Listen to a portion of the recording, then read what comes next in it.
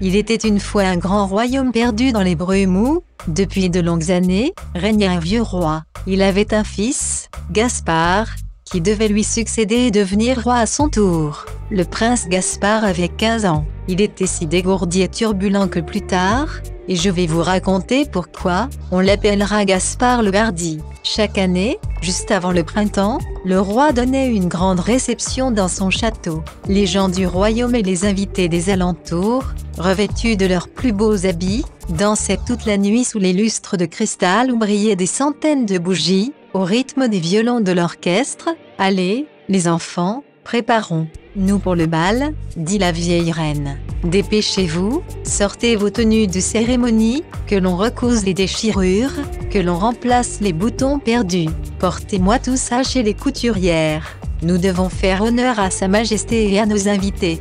Toi aussi, Gaspard. » Gaspard était amoureux. Il aimait une princesse du haut de la montagne, là où le ciel était toujours clair, où le vent chassait les nuages et où le froid sec de l'hiver mettait du rose aux joues des enfants et des princesses. Clairette était belle et rêvait chaque nuit de Gaspard.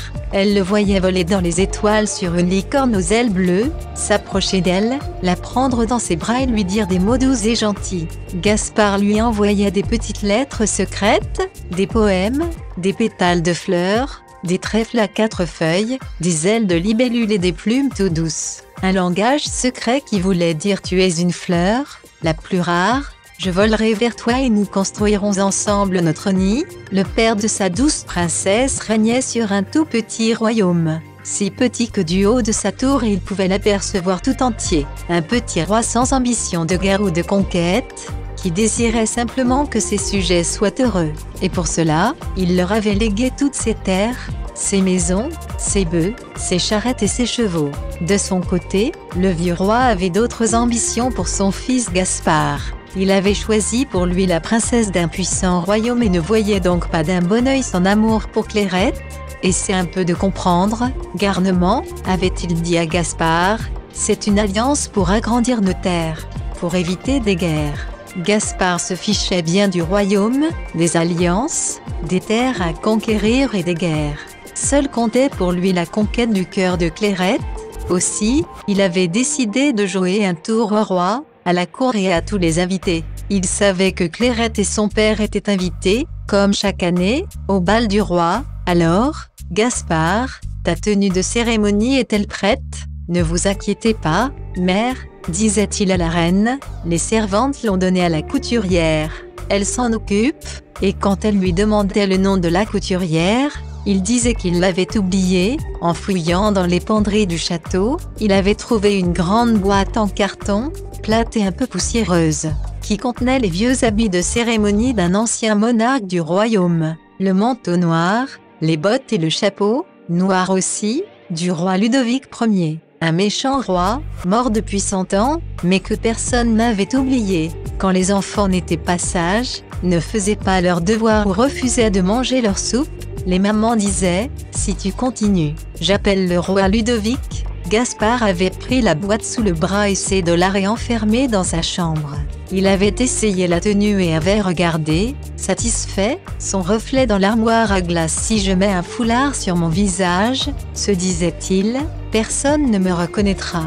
Je serai Ludovic Ier, comme celui des gravures du salon. Noir, droit, autoritaire et mystérieux. Rien qu'en me voyant, toute l'assistance sera effrayée, et je pourrai alors mettre mon plan à exécution. Arriva le jour du bal. La réception battait son plein, l'orchestre jouait des valses et des musiques douces, les invités entraient par le grand portail d'apparat, descendaient les escaliers, s'inclinaient devant le roi qui marmonnait quelques mots pour les accueillir et allait danser après avoir dévoré des gâteaux et bu du champagne. Voilà une soirée réussie, pensait le roi en contemplant la nombreuse assemblée. Clairette et son père avaient suivi la foule des invités et à leur tour s'étaient inclinés devant le roi. Le roi de la montagne avait annoncé le chambellan pour le présenter au roi, qui resta froid et indifférent, et voici la princesse Clairette de la montagne, avait ensuite clamé le gentilhomme.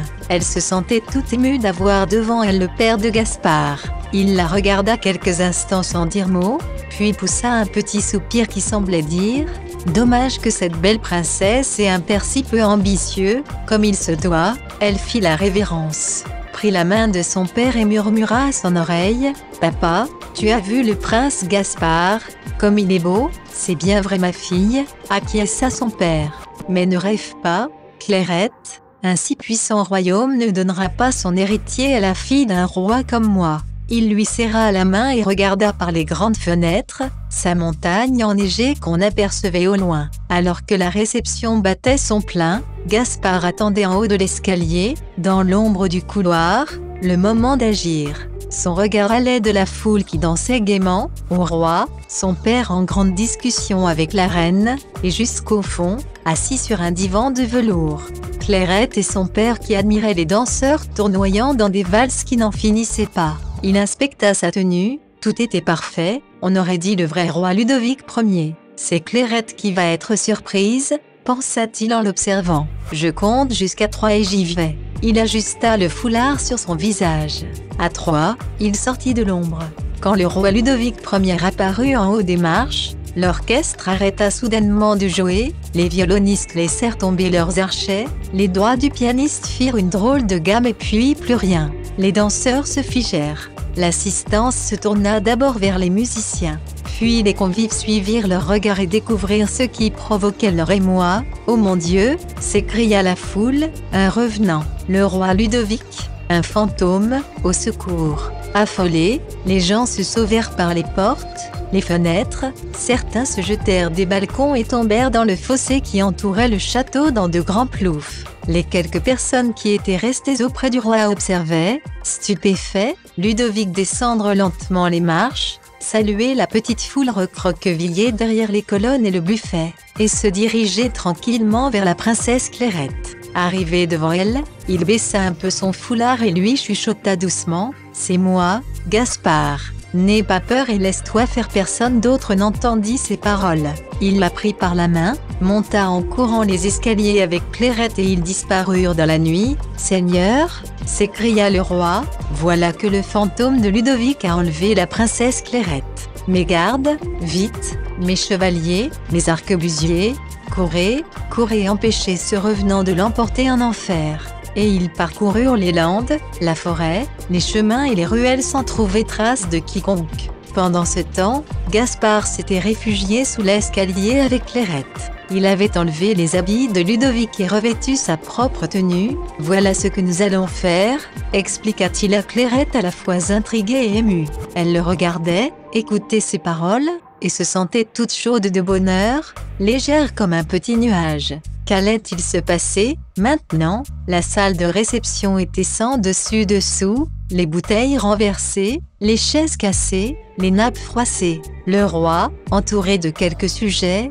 se lamentait. Quel drame, disait-il. Et comme tout le monde, il attendait, inquiet et désemparé. À cet instant même, la petite porte sous l'escalier grinça, comme un violon enroué. Elle s'ouvrit doucement et Gaspard s'avança en tenant Clairette par la main. « Dieu soit loué !» s'écria le roi, « Mon fils Gaspard a délivré Clairette. Faites sonner les trompettes et les cloches de toutes les églises du royaume. » Un peu plus tard, les gardes, les chevaliers, les arquebusiers, crottés, sales, griffés par les broussailles se firent annoncer au roi. « Majesté, nous avons parcouru le parc du château, les rues de la ville, les collines. Nous avons suivi les berges de la rivière jusqu'aux écluses, exploré les grottes, sondé les meules de foin, inspecté les diligences et nous n'avons trouvé ni le roi Ludovic, ni Clairette.